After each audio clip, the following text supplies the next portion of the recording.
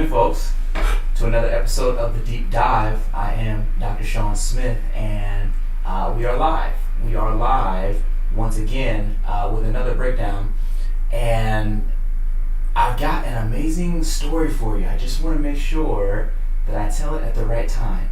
And so it's something about what happened last night, and just these beautiful experiences. These beautiful experiences that I want to speak about them in the right time, but at the present moment, I want to go ahead and start jumping into the deep dive, because what we covered last week was the notion of the three powers, right? Who you are, how you feel, what you create. These happen as a result of stepping into that identity as awareness.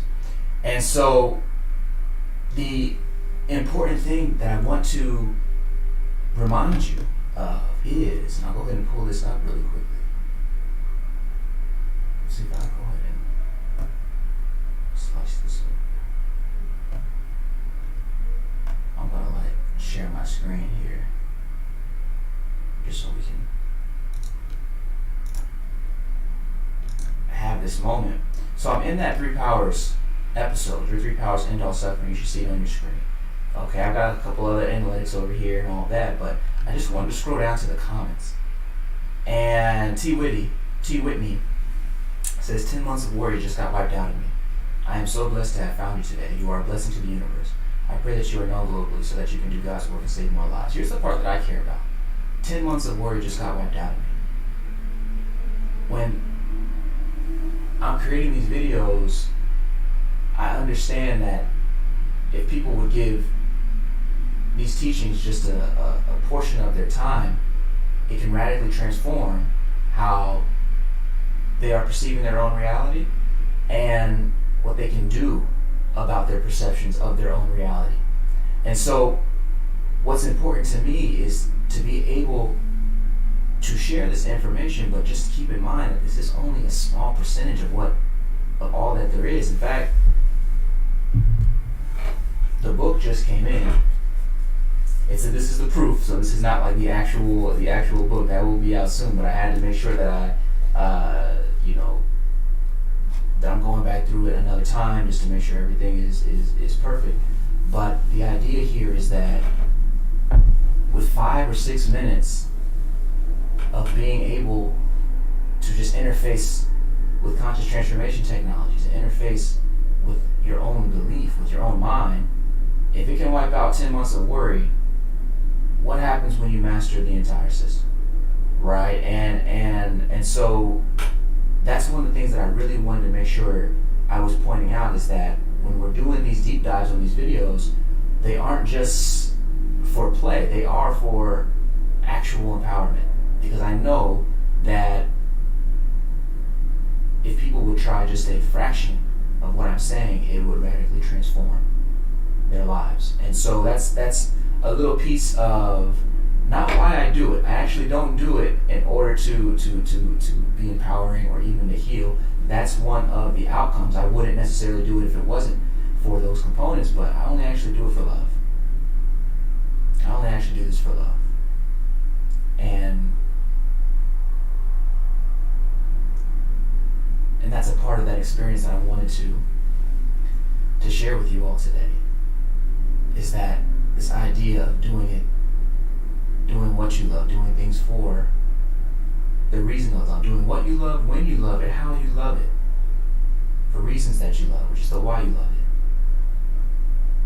Essential. What else is there? What else is there? And so as we jump into this deep dive, the punchline of this great experience, the experience that I'm talking about from yesterday, was what do you call this? Like an outer body experience. And that's wonderful. Those are great. I've had many of those before. But yesterday was unique. And so at the right time, once I can synthesize this and make it legible, that would be the time that I would come back and explain it. I'm hoping I can get to it tonight, but because because I want to share it, but at the same time, I need to make sure that it's shareable. So let's go ahead and jump into our actual deep dive today. Here we go. Come back out of this. All right. I think you all should be seeing. You should all be seeing what's happening on my screen at this point.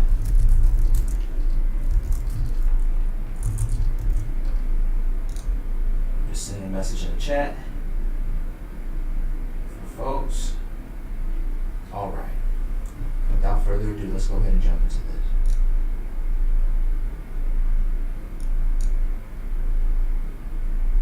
You can only experience anxiety when you do not trust yourself. The real work is finding the you should trust. Isn't that huge? You can only experience anxiety when you do not trust yourself. And now there are two selves, right? There are two concepts of selves that we have. One of them is the person, which has a name, was born on a certain date, and the other is supreme consciousness. Remember, just to track the flow of these videos, the first video was about returning to your root, which is returning to supreme consciousness, returning to awareness. The second video was about what happens as a result of you returning to your root, the three powers that emerge. Now, as we move into the other videos of the final three videos of the True Freedom series, this third one is about consciousness, that first power, deciding who you are. And so that first power is deciding who you are, and you have to make a choice between two yous, which is the you that is a person versus the you that is supreme consciousness. And putting your trust in the person, that's a hard one. That's a hard one. It's hard to put trust in a person because a person is so fragmentary. They're so, I don't want to say weak, but I just mean that, a person is only a fraction of who you are. Who we present ourselves to be is only a fraction of who we actually are. And so with supreme consciousness, that's the totality. Understanding myself as supreme consciousness, now the story of the person doesn't need to matter as much. So which you do I need to be trusting? The one that is weak and likely will break, or the one that is supreme?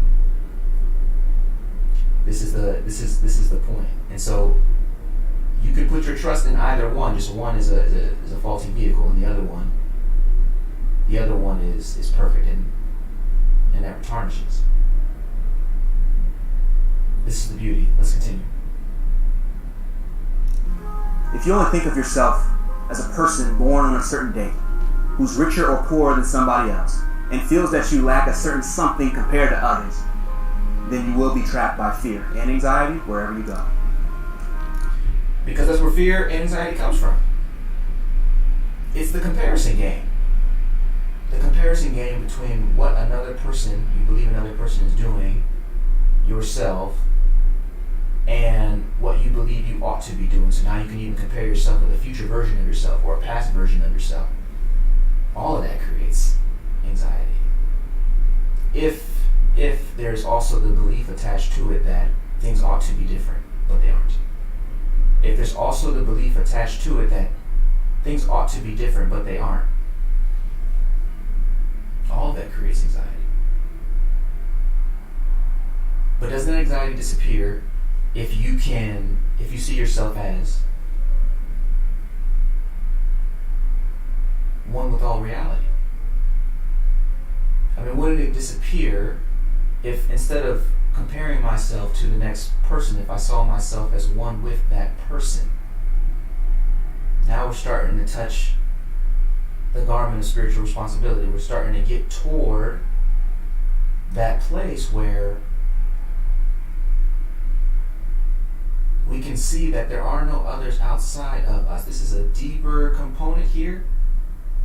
This must become experience. This cannot just be simply an opinion or something that's nice to think about. It needs to become an experience.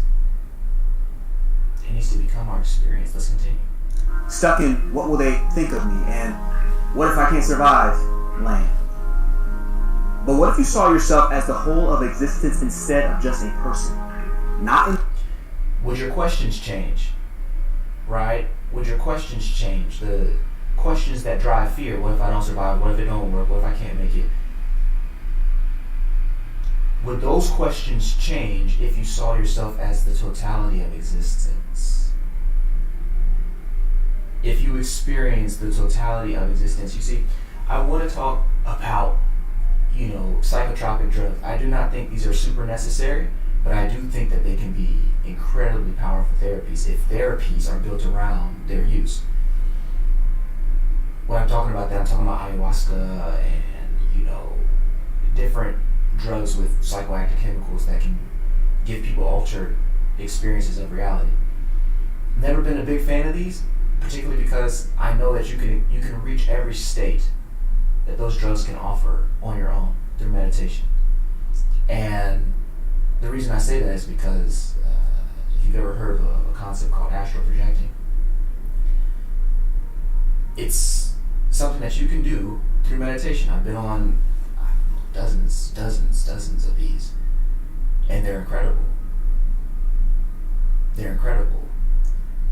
But when we're thinking about psychoactive drug experiences or any of these experiences that bring you outside of your body, it becomes very, very easy. It becomes much easier to see that you actually are one with the totality of existence.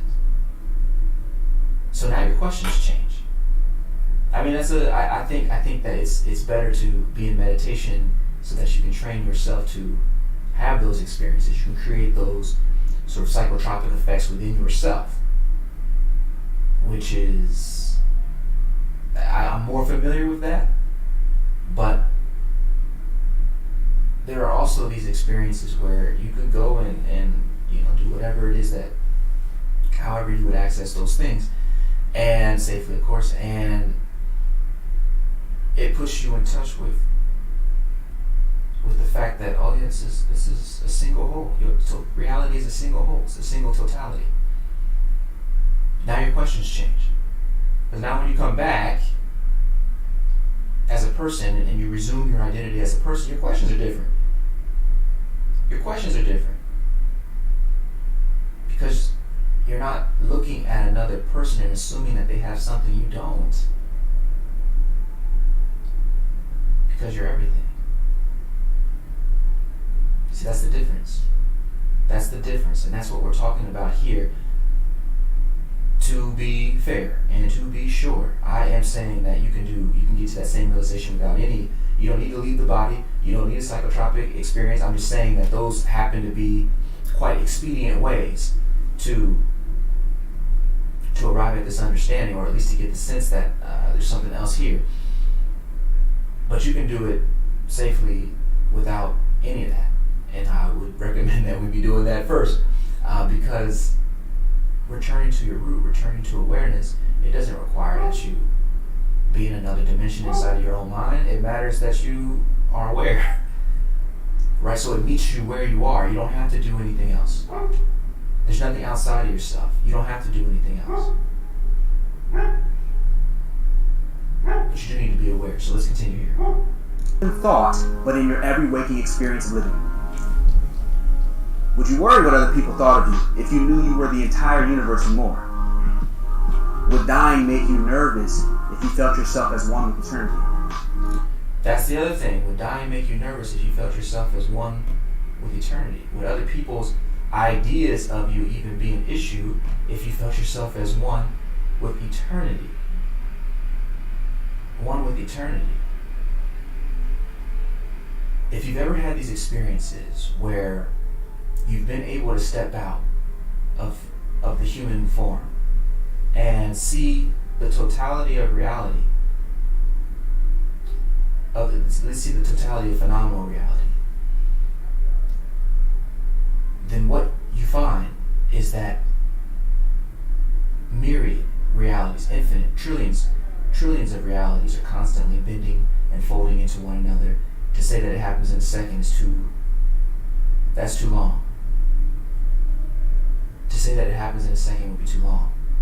It's more like an attosecond. To say that's too long. Like, and I say too long, I mean like an eternity too long. It's really just always bending, folding unto one another. These realities are constantly going and going and going. Now the issue is that the difference between the person who can see that and come back and the person who gets lost in that is just context. It's just context.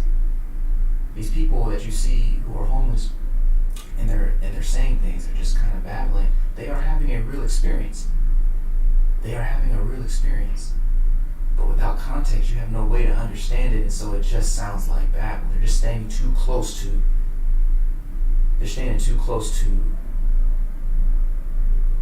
God. They're trying to, their minds are so, they're seeing so many things happening all at once to try and articulate any one piece of it in a way that's cogent and coherent. No way. No way. So what I'm saying, however, is that if you knew yourself as one with eternity, if you knew yourself as all of that, trillions of realities, that there was nothing but impermanence. The Buddha and the doctrine, the dharmas of sutras of the Buddha talk about impermanence, talk about change, talk about how things are always impermanent and changing. And so if you try and fix your house, build your house on a soil that's always shifting, that house will never stand. And the same is true of our internal structure. If you're basing your self-worth on another person, that person themselves is going to change. If you're basing it on a societal standard, that societal standard is itself going to change. And so you're always in flux. You're always in flux. And this, the sense of things going great and not, then great and not, that becomes a constant. That change becomes the constant. If the identity and the sense of who you are is tied with being a person. However, if you can borrow from those folks, and even yourself, if you've ever stepped back and just seen these myriad realities just collapsing into one another, it's one of those things that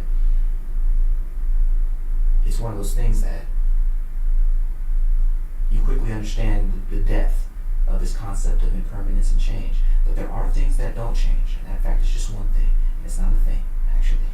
It's not even a thing. For lack of a better word, we call it God.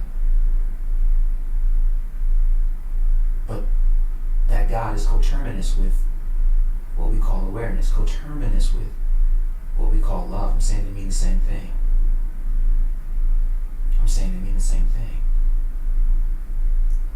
And so to recognize that, my God,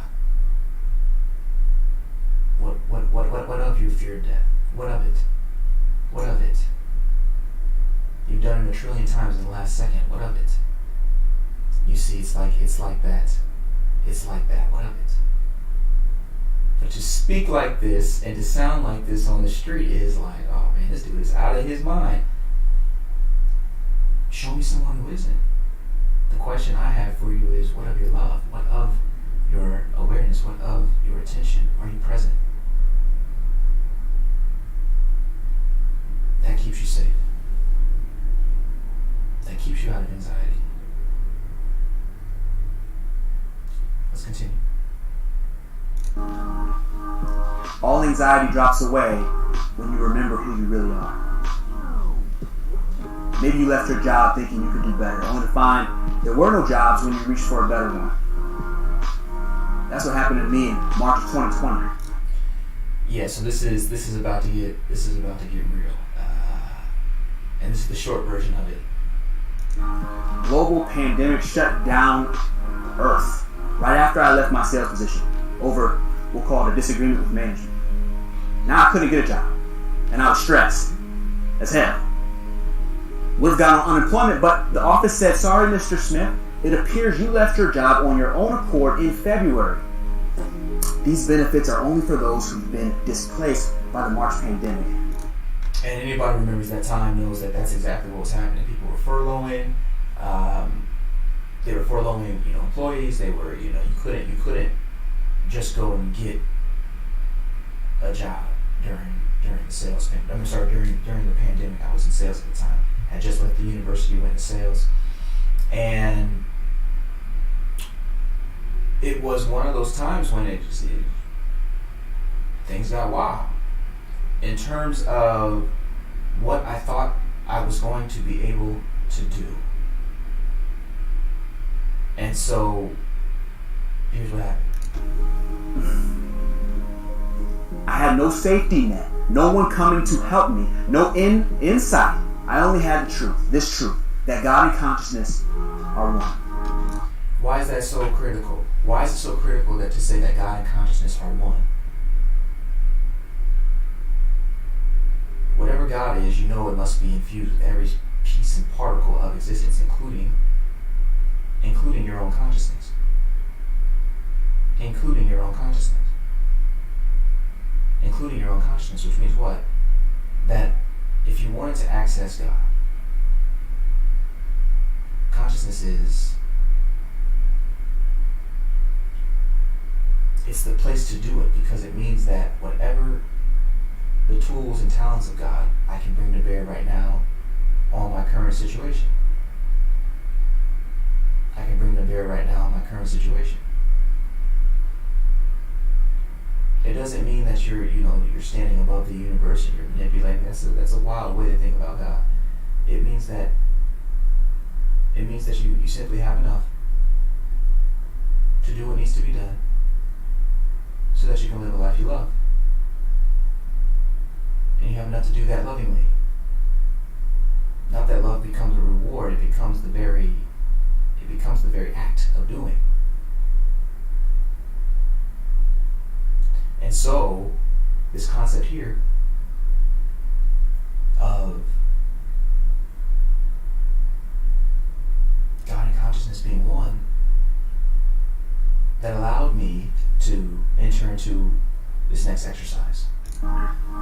One afternoon, armed with only this understanding, I sat on my couch, and for the first time since I was 5 years old, I began to imagine infinity. I don't know if that was you. If that was you, I remember being in the bathtub, right? You're 5, and your parents put you in the bathtub or whatever, and they give you your toys, and all my toys are always Ninja Turtles. And there would be these moments in the bathtub when I would just, ask a question, and it would be like, well, I wonder how big infinity is. Right? Kids actually ask those questions. I wonder how big how big it is. And then I would go off into a trance of seeing and trying to imagine where are the edges of infinity, where are its boundaries. And if you can go that far in your own mind, isn't that a helpful way to reorganize how you think about your own problems, how you think about your own situation, your own struggles? If I can go all the way to the edge of galaxies, all the way beyond that, and then beyond that, and then beyond that, in my own mind, thinking about what's happening in my own little life is so small relative to the infinity I was previously imagining. And so that is a precursor to the next phases and next stages of solving my issue. Here's how it goes. How it went. I saw myself as a multi-dimensional being existing across timelines. Somewhere across cosmos, there was a version of myself who looked like me, talked like me, dressed how I wanted to dress, who had already conquered my anxiety over checking my bank statement, had already solved my money problems. Different in time and space, but united in universal consciousness. If I could just access his wisdom, maybe I could fix my life. So the shot is meant to be that person in the other universe, right? And that's the point, is that if you can imagine galaxies and different universes and different, everybody can do this. You can do this right now. Whatever we are must also be out there as well, right? Whatever I'm saying the very physical form now. It's not that there's just people are still asking the question: is there life on other planets? It's like, dude, you're on other planets. You know what I'm saying? Like, there's another version. I heard Joe Rogan say that. Like, it was like, it's not that there's life out there. You're out there.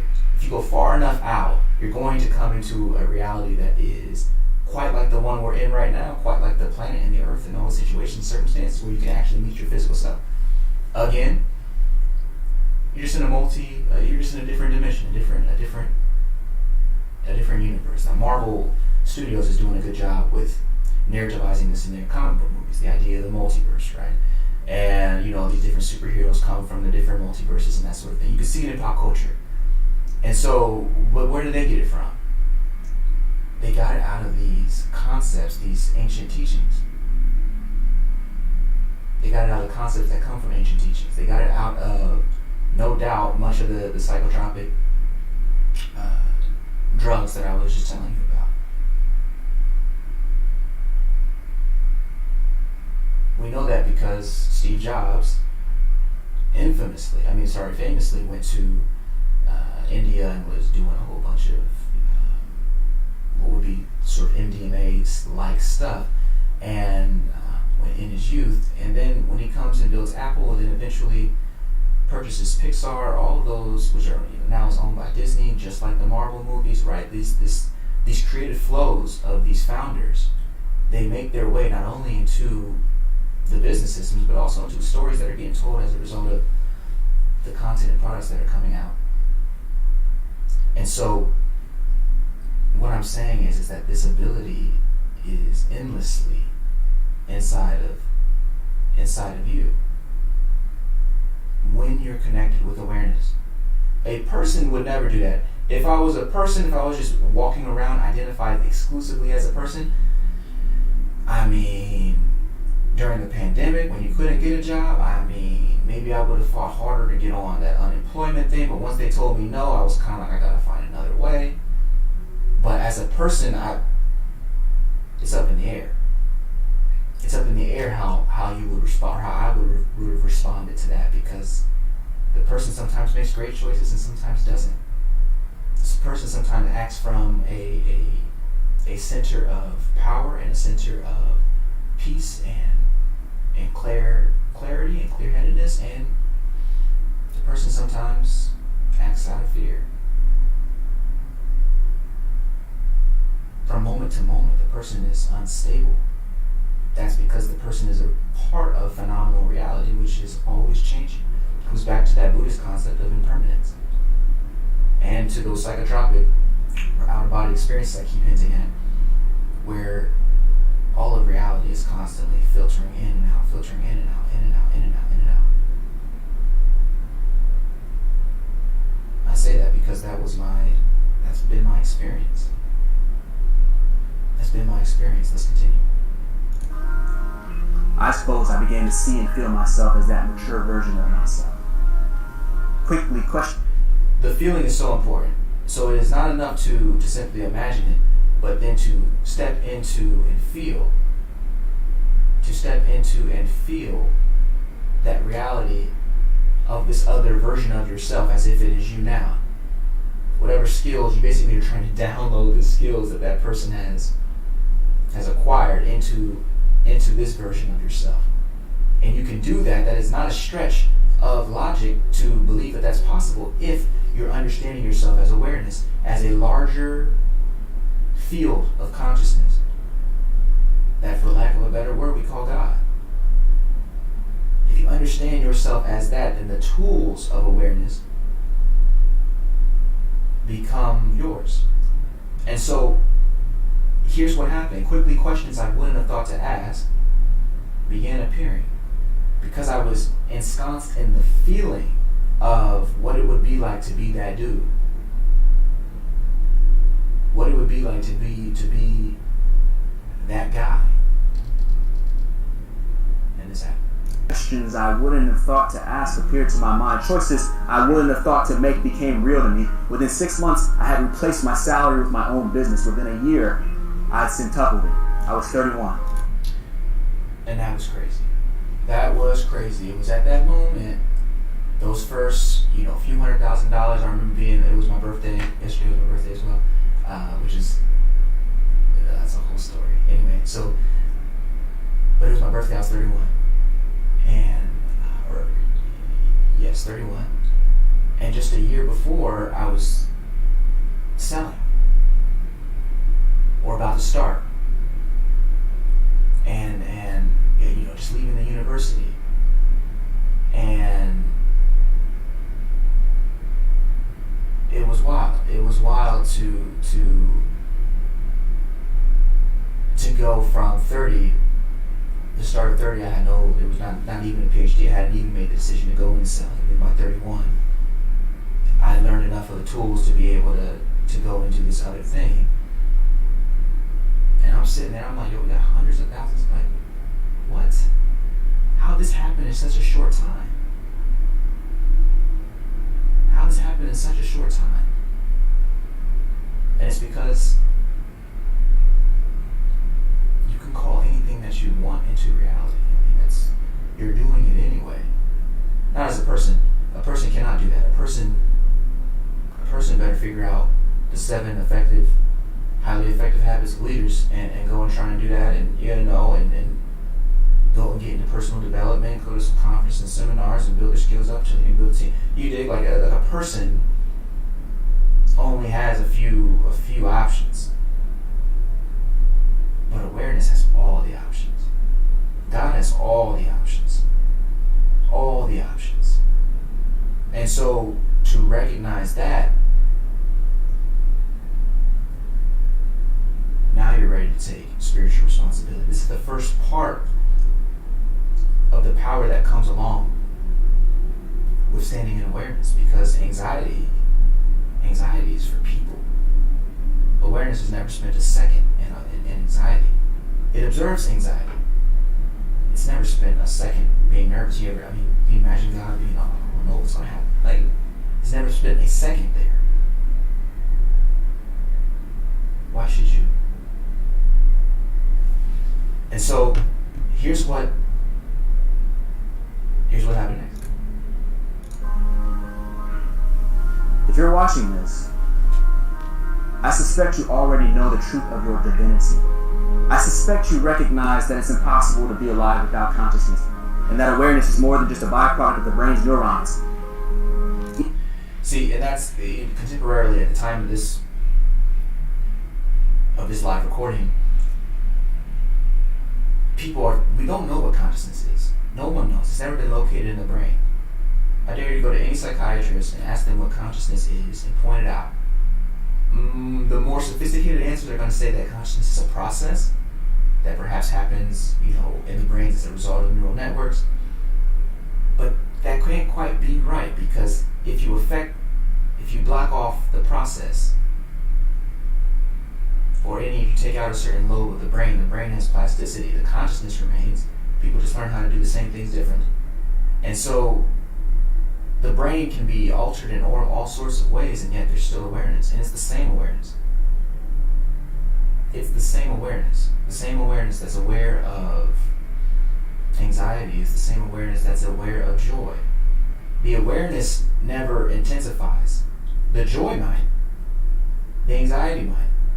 But the awareness is still aware of level 10 anxiety and level 2 anxiety. But the awareness is always at 100. It doesn't leave 100. It doesn't leave 100. It doesn't matter much what you're aware of. It just matters that the awareness is always there.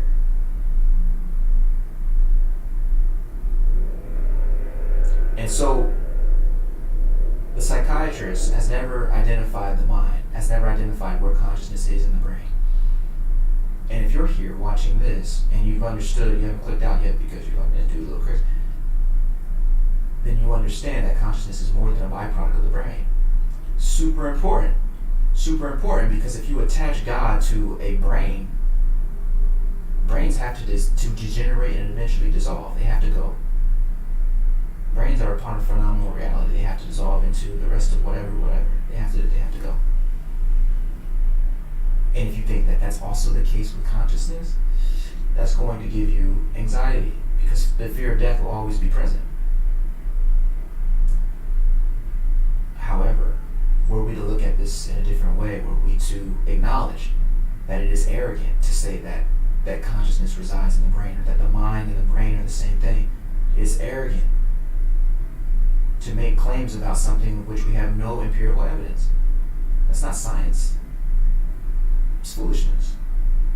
And so,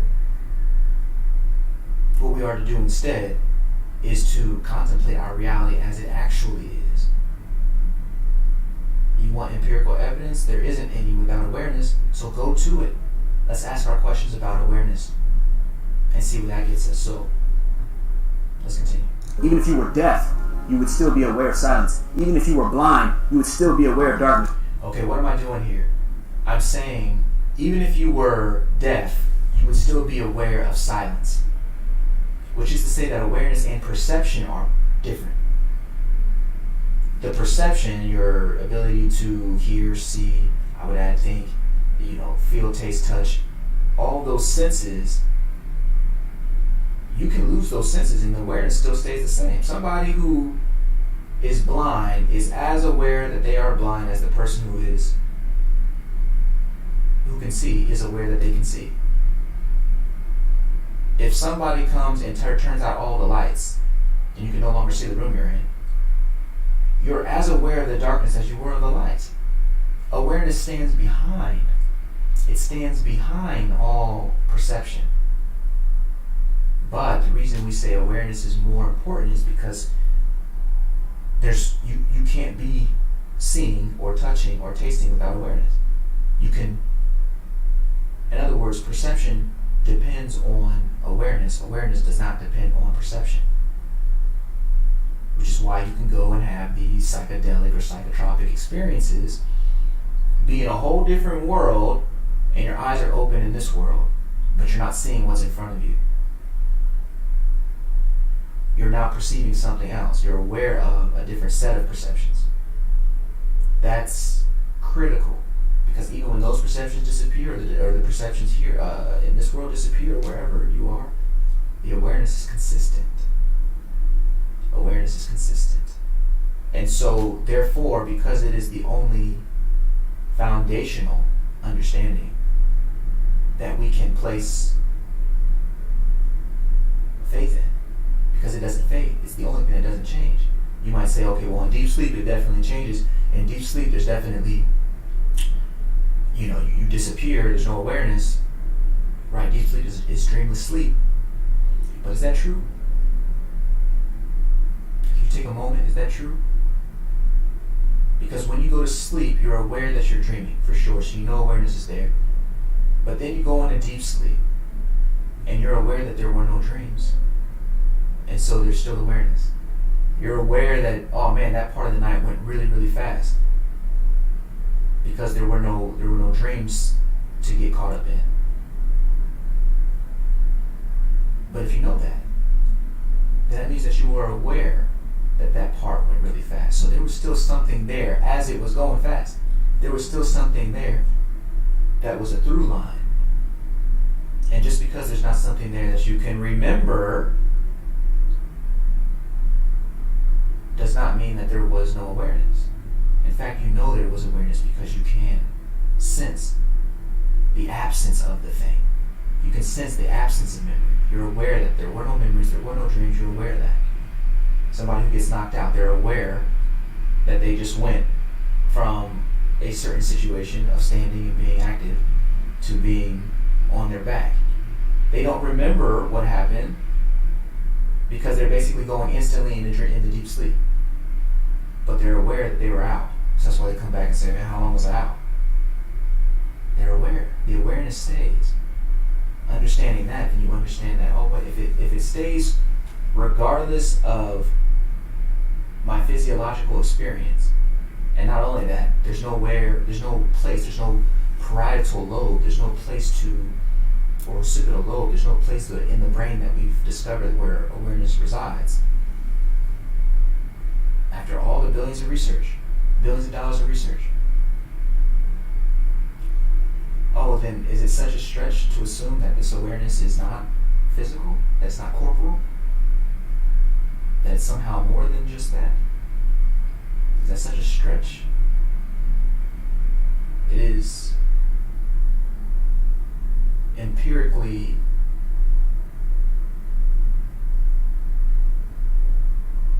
unfounded to say that awareness is a physical phenomenon. You have no evidence for that. You simply know you're aware. You simply know you're aware, and that awareness is the great I am. You feel it as I am. I am aware. Descartes had this, Rene Descartes,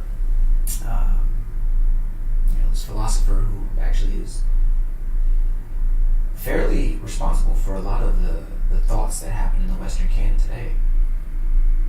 He had this quote. He says, "I think, therefore I am." You have to be aware that you are thinking. So awareness is before the thought itself. The awareness is the I am. Matter of fact, you have to know that you have to be aware in order to even know that you are. Awareness is even before I am. I am is simply how it recognizes itself. This is so critical. I mean, my God, what I'm talking about is being able to model our therapies based off of the truth rather than based off of what Western psychology is dealing with today, which is the belief that you're trying to heal a person rather than allowing God to do the healing, and you just adjust the terms. Let's continue. Awareness remains even when all mental perceptions disappear. That's why there's nothing beyond it. There is no universe or you apart from consciousness. And I'm not saying the universe is conscious. I'm saying that what is called the universe is but a single drop in the larger ocean of supreme awareness. That's right. At this point, by the time I had shot this video, or we shot this video, I had already had so many outer body experiences. I mean, dozens on top of dozens on top of dozens, maybe 100. In terms of using meditation to create these psychotropic experiences within myself without drugs, no drugs. And those experiences are wonderful because they allow you to, in a conscious way, in a very clear way, to go explore deeper dimensions of your mind, which is to say deeper dimensions of reality. And so, when I'm saying that what you call the universe is but a larger drop in the ocean of supreme awareness, that's coming from experiences that I've seen. And you may say, okay, well, that's just you're just hallucinating. Okay. But all I know is that it is a strange phenomenon that while the psychiatrist has never found anything called mind or consciousness, the physicist has never found anything called matter. The physicist has never found anything called matter. We say that matter is the fundamental building block, or that atoms are the fundamental building blocks of all matter. But we've never found the matter. What am I saying? I'm saying that if you go into an atom, at its nucleus you're going to find some protons, neutrons. You'll find electrons sort of floating around. And then if you investigate, so in other words, you can say that the atom is made up of this cluster called protons and neutrons and electrons. But if you investigate further, now you're going into, those are subatomic particles, but if you go into the subatomic particles, then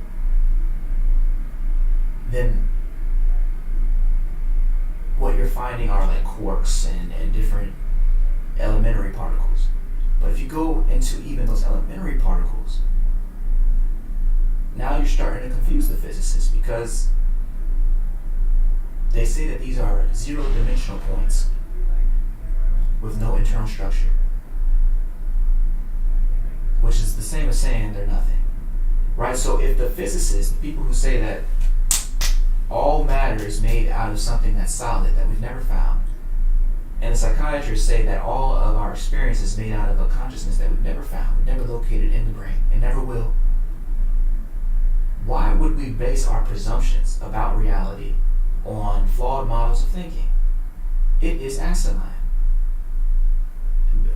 In other words, if you say, "Oh man, you're crazy for thinking that this universe is just one of many, I'm going to have to question your assumptions about where you're getting any of your information from. It's all stories that we're cultivating and creating in order to explain the unexplainable. So what difference does it make? My only concern is that you go directly to your experience. What is your experience of reality? What is your experience of reality? The thing that researchers do understand is that how we create meaning does create our reality. I highly recommend you go watch the Dr. Umar Johnson interview I did this past week, or I actually did it a while ago, but the video came out Monday. One of the videos came out Monday. Where we're talking about, in communication, we talk about, all we're talking about is meaning. That this conversation can't exist unless you can assign meaning to the words I'm saying, and therefore derive meaning out of the conversation. And so we understand that the way we make sense of things determines the reality that we exist in. We do understand that part. And so what I'm saying is, get to the heart of your own experience. Get to the heart of how you're creating meaning so that you can step into determining what that meaning is. This is spiritual responsibility. This is spiritual responsibility, determining your own experience of reality. Don't tell me about quantum physics if y'all can't tell me what's being moved, if y'all haven't identified matter. Don't tell me about psychiatry if y'all don't understand what the mind is. Let me go to my direct experience and see what's here. Because that is adding an ocean of possibility. An ocean is too small. It's adding infinite possibility that wouldn't be possible anywhere else with these limited models of the Western canon, most notably contemporary physics and psychiatry.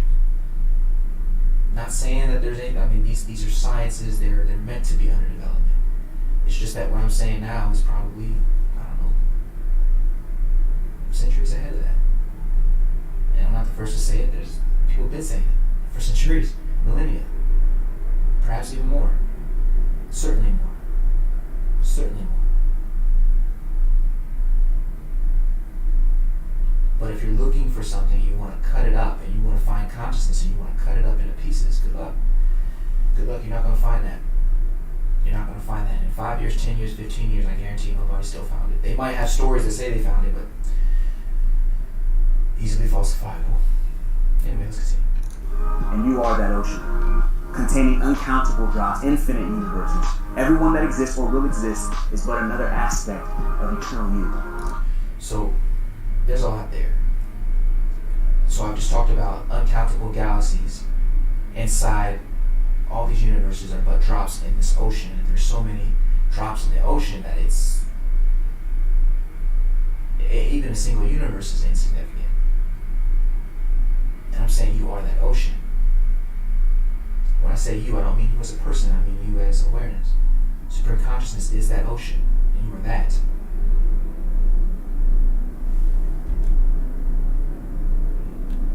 And this little deal here with the raindrops, I was talking about drops. I was trying to be creative there. And you are that ocean, containing uncountable drops. So we've got the water kind of splashing from the ocean. Infinite universes. Everyone that exists or will exist. And it pours out some stars. And that's really how to think about this. That's really how to think about this. There's a Marvel movie out right now. I just went to go see it last Friday about it's called Ant-Man. What they do is they shrink themselves all the way down to where they're really small, and they basically go into this other universe that is beneath our own, right? And so it makes you think about, in whose speck of water does this universe, the one that we're in right now, as phenomenal entities, as persons, and what speck of water is our entire universe kind of being played? If you remember at the end of Men in Black, I think it was Men in Black 1, might have been Men in Black 2, but the camera starts to zoom out at the end. They go from Will Smith to the camera zooms out to the world, then the galaxy, the Milky Way, then, the galaxy clusters, then to the quadrant of the galaxy, then to, the massive universe or whatever, and then all of a sudden it goes out even further, and it's really an alien playing with marbles, and our entire universe is but one marble. It's a little like that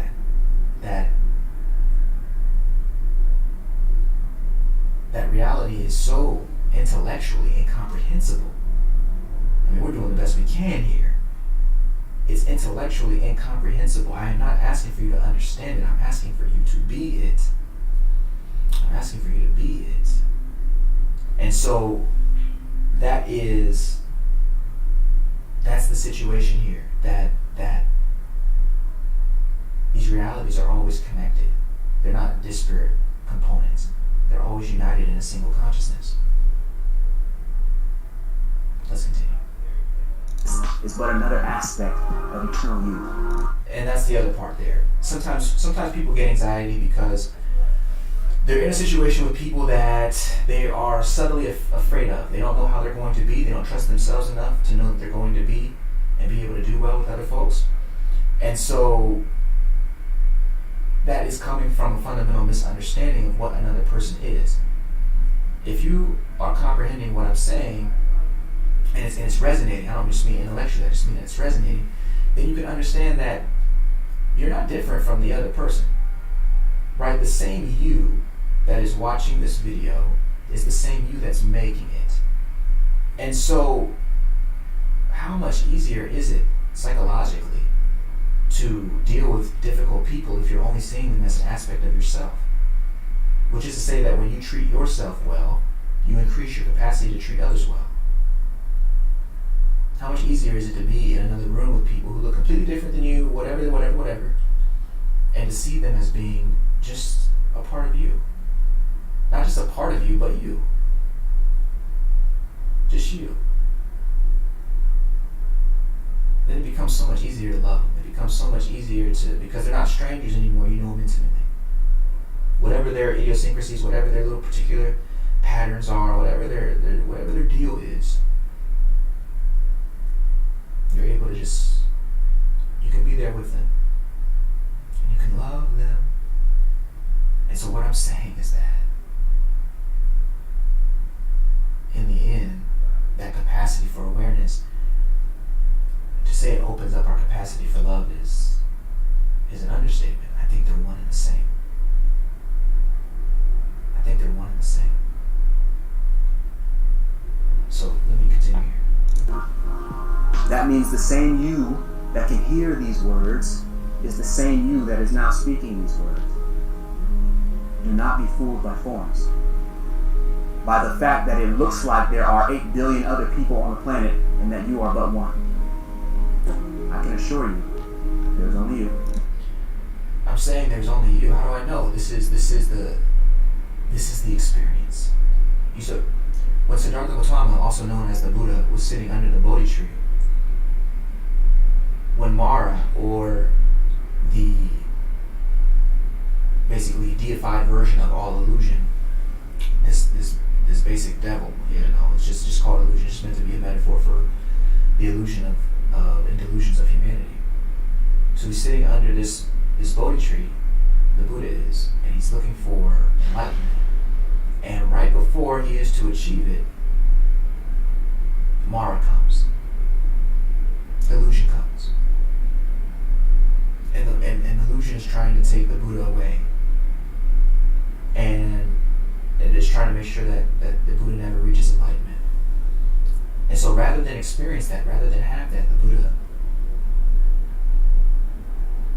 he touches the earth. And says some version of I am here. And in this moment, all beings are enlightened. When I heard that story, it blew my mind. I am here, and in this moment, all beings are enlightened. In other words, because there was the radical understanding that reality is always one, and that enlightenment for one is all of us achieving enlightenment through that version of ourselves at that same time. In other words, when the Buddha, as being a representative of all of the totality of reality, as he achieves enlightenment, all of us achieve enlightenment in that moment. We're all there with him because we all are him. All achieving enlightenment at the exact same time. Through one experience. That is one of the central components of understanding yourself as consciousness. Because it's not just you going through your life trying to do the best that you can do. No, we're all there with you. There's only you. We're all there with you. We're all there with you. And as you learn to love, we all love with you and through you and as you. If this is getting too wild and out of control for your sensibilities, I understand that. But I gotta talk this talk because if you get that, then it means that if you're doing harm to anyone else, you're doing it to you. Not just you, but all of us, right? Through that one person. Isn't it better just to love? You dig what I'm saying? Like even the words of the Christ. He says, when you were doing this, when you did it for them, you were doing it for me. When you gave to the poor, you were doing it for me. Which is to say, you were doing it for all of us. You were doing it for yourself. That ability to understand reality at that deep level is critical. It is critical. Because now there's no more enemies outside. Because there's no more enemies inside. And that's the first level of understanding yourself, and it's the first level of this new era of human evolution, of human development. It's just the first wave. Being able to see that, there's not actually a difference. And still doing what you love, right? I mean, we're not talking about giving up yourself. We're talking about knowing yourself at the deepest levels. And so, every single person being an aspect of eternal you.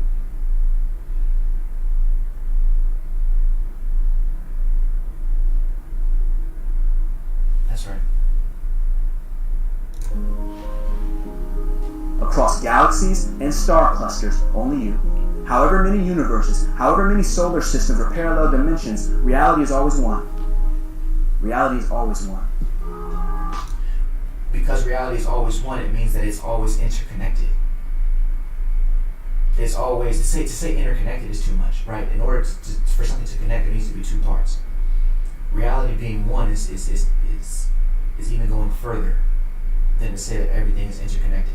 In an interconnected reality, right, every move that it's kind of the butterfly effect. Every move that I make, if I move my mouse in a certain way, that's creating rippling vibrations that will ripple throughout the rest of the cosmos and have dramatic impact.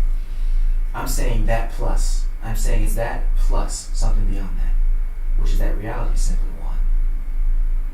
Constantly shifting, and it's just one. And because it's one, you can understand it as an essential stillness. Things are always changing.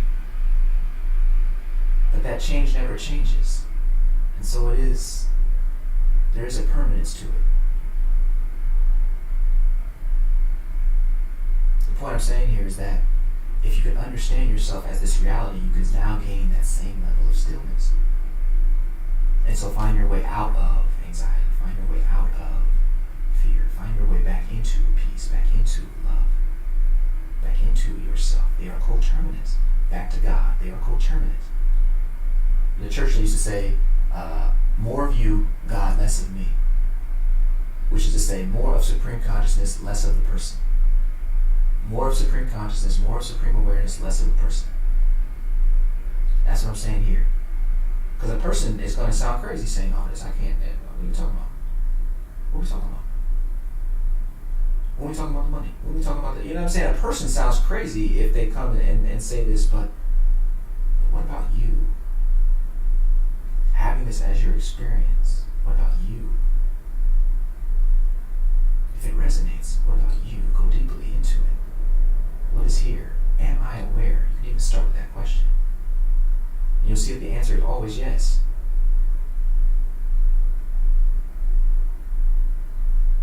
That awareness cannot lead nor forsake, because it is who you are. It's everything else that comes with those. Let's continue. Are you ready to explore this fact for yourself? Try this kit from the non-dual tradition. This, if you've never heard of non-duality, it comes out of the it's like a Western translation for the Advaita tradition. It comes out of a certain sect of Hinduism, and it is some of the most powerful stuff. It's the idea that in awareness there is no separation between you and the rest of your reality. Right? Your experience of the room that you're in, you are aware of it, and you're also aware of your body. And so in that way, the room and your body to awareness are one. Because you're aware of both of them. Right? They exist in the exact same experience as one experience. And so if you understand that there's no duality, then there's nobody to attack, there's nothing to... There's no self to attack. And so that's where I got this conscious transformation technology. By the way, I did not invent conscious transformation technologies. All they are is a way to bring your mind back into touch with these greater possibilities of God, with all the fruits of awareness. The thing that I've done is I've placed them into a system that is easily digestible and that you can actually practice to mastery. That's what conscious transformation technologies are. But the teachings, no one invented them. They've existed since humanity has been doing its thing. And so, I want to make sure that's clear. Here we go. conscious transformation technology, I call it true mind immersion. It goes like this. Instead of seeing yourself as a body, decide to see yourself as awareness. Look around your environment, not as a person, but as consciousness. Become aware of what the eyes see, of what the ears hear. Notice how emotions, sight, sound, sensations are always coming and going, but you, awareness, remain the same. Awareness is aware when anxiety arises. Awareness is aware when anxiety disappears. The hum of traffic is here 1 minute and drowned out by the TV the next. Notice. The sight of daylight is here 1 minute, but slowly fades to dusk. See. The body is flesh 1 minute, but disappears during sleep. Watch. All things change. Only you, awareness, remains the same. And that's the point of that kit, is to see that, okay, if you go to sleep, like it's baffling to me. You're going to go to sleep tonight and forget the day you had. Like, that's going to happen. You're going to go to sleep tonight or tomorrow, whatever your schedule looks like, and you're going to forget your own name. During the anatomy of the night, during your various transitions in and out of deep sleep, you're going to forget all this. And yet awareness will be there with you. So the experiences, sight, sound, sensations, thoughts, touch, all the stuff, it comes and goes. It comes and goes. And yet there is that which doesn't come and it doesn't go. It was never born, and so it never dies. And to recognize yourself as that is the most pristine knowledge. It's the most pristine knowledge. Because if you know yourself as that, does it really seem so crazy to think that you could manifest $1 million or manifest whatever it is that you're looking for? No, of course not. Those things only exist because you've manifested them in some capacity, some form. If you understand yourself as awareness, you can see where this is going. But more than that, I mean, look, even after after you manifest everything that you ever wanted, at the end of the day, after you've done all of that, the only thing that's going to be around still is awareness, and its primary characteristic is love. It's the only thing you really want. Let's be real. We'll just be real about that. Love is the only thing you really want. Let's be real about it. That's all. And were there that, you could understand everything just by loving. It is the apex reality. It's coterminous with awareness. It means the same thing as God. And the way that we're arriving at it today is by melting back into the fabric of all things, right? Recognizing yourself as the eternal one. So that in this moment, all beings are enlightened through you. Let's continue. There is a calm you feel when you no longer consider yourself just a body to protect or defend. When circumstances no longer dictate your belief in yourself. You are taking spiritual responsibility for who you are and forming a higher trust in a force that never fails, never leaves, nor forsakes. So critical. You're forming a higher trust in a force that never fails, never leaves, nor forsakes. This is the beauty. This is the beauty. You can trust yourself. Remember, we opened the video saying anxiety goes to those who don't trust themselves. You can trust that which never leaves nor forsakes. You can trust God. And to collapse the separation between yourself and God means that you can always trust yourself, your higher self. Understanding this, then it becomes easy to stay calm in situations where anxiety would otherwise be your option. You're learning to put your faith and your force behind that force that never fades, never leaves, never forsakes. And so that's step one. That's claiming an understanding of who you are. That's claiming an understanding of who you are. That's just one of the pieces in this book, Spiritual Responsibility. This is going to be coming out. I know, at the extent of sounding like an egomaniac, it's a masterpiece. And I know that for you to be able to capture what I'm saying in a way that's simple, concise, it's going to be here. And that's just a starting point, but it's a cohesive place for you to understand what's happening and take your time with it. If these concepts are novel, if they're new, but there is a sense that, oh yeah, I do want to learn more. Follow that sense. Follow that sense. Right? That's a calling. Something's calling you to it. Great. Follow it. See where it goes.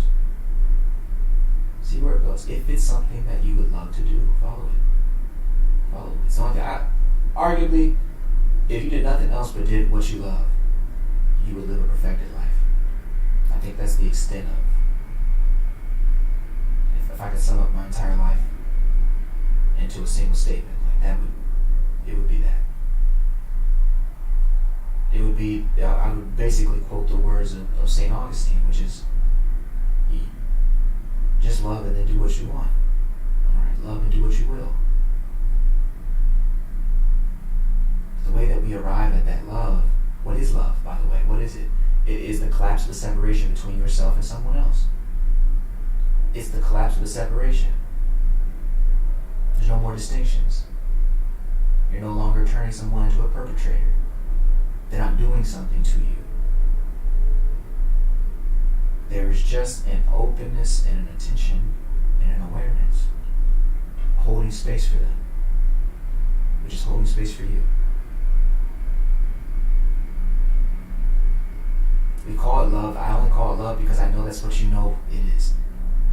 I know that's what you know it is. I think it's something what we need to come up with new language for, but for right now, love works. It's at the basis of all reality. It's the only thing that can keep you sane.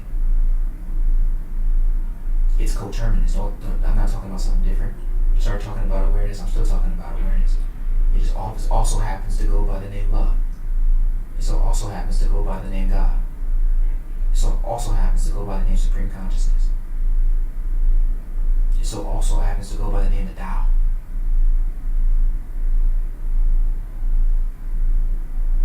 It so also happens to go by the name the Supreme Atman. Love is short. It's a short syllable. Punchy, right to the point. That's what it is. That's what it is. Let's finish. Give yourself this eternal gift of freedom from anxiety. Honor it daily. And watch how you and your life transform forever.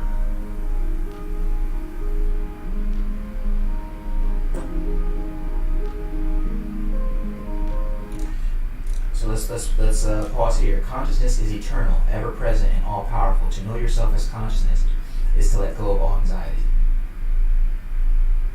To know yourself as consciousness is to let go of all anxiety. How would you hold on? Like how wouldn't it be? How would you hold on to anxiety if you have this expanded understanding of yourself? You don't give. Why are you tripping about a car note if you understand yourself as this and so many more universes? What are you talking about? Why would you be afraid of a body passing or someone dying if you know that when things die, they don't die forever? They always come back. And not only that, there is that which never dies. And whatever it is that you loved about that person, that never goes anywhere. Because it's awareness. It's also in you. It's the reason I wear this necklace. When I was 13, my dad gave me this necklace. And he said, I'll always be with you. And yeah, I mean, he was kind of a corny dude, but I love him. And now, he passed away, probably 5 years ago. Suddenly, car accident and whatnot. And so now I wear this not because I'm looking to remember the human form, but to remember that we never lose anything.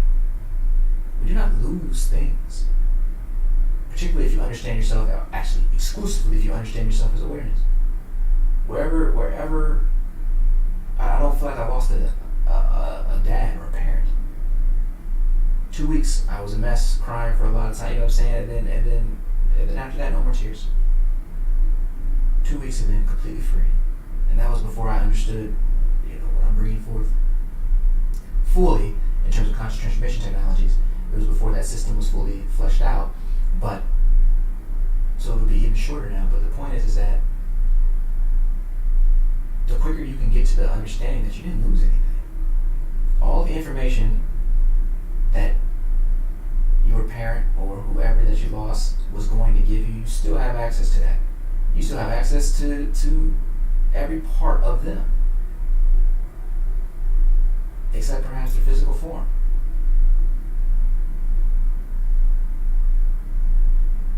You cannot come to these conclusions as a person. We cannot wait for science and the Western canon to catch up to what we're talking about. We wait a long time. We wait a long time. But this wisdom, this ancient wisdom, it's what we must have. This must be common language, commonplace, common understanding before we can go to the next level. And it has to be in our experience. I dare you to return to your root in awareness and then try and be anxious. To take your stand as consciousness, as supreme consciousness, and then try and be anxious. I dare you. But I think you'll find that as you do, and as you come to know this love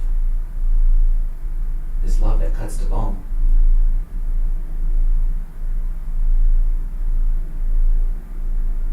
as you find that,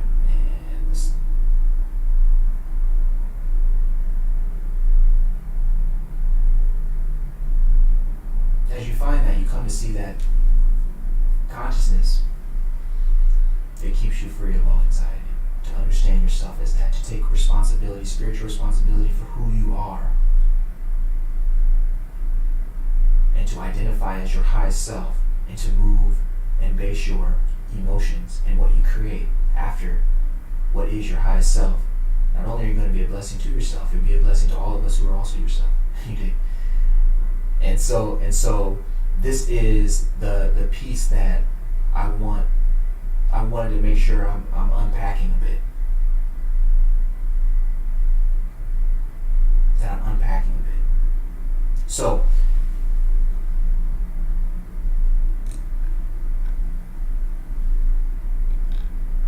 seeing some folks in the chat. Christy, what's going on? Shango Universe up in the chat here. Welcome in. Let's see if I can. All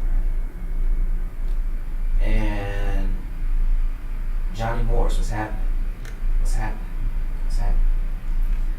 And so Trish is saying, never thought of it that way about anxiety.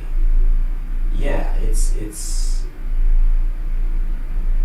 one of the things. So what I'm going to say is I'm going to go ahead and end the stream for tonight. I'm thinking about, is there anything that I need to announce? If you like, share, subscribe. I don't think I've been saying that enough. Like if you like the video, share the thing, subscribe to the thing, all that. And for sure, this book is going to be coming out soon. And we just got to get through the pieces. And another interview, Dr. Umar Johnson is going to be coming through. He is a polarizing figure, but I do believe that man is brilliant. And he has much to offer. And so I'm putting out content that is going to share his point of view, but in a way that serves you, in a way that you can watch and be healed from. And not to say healed in the sense that you have anything going on that you need to be healed from, but I mean empowered. And so with that, one day I'm going to explain how to do this story, this weekend story that I wanted to share with you. But I need to make sure that it's the right time, and that ultimately the story is meant to serve you. And so with that, beloved ones, I'm going to go ahead and say good night. Thank you for tuning in.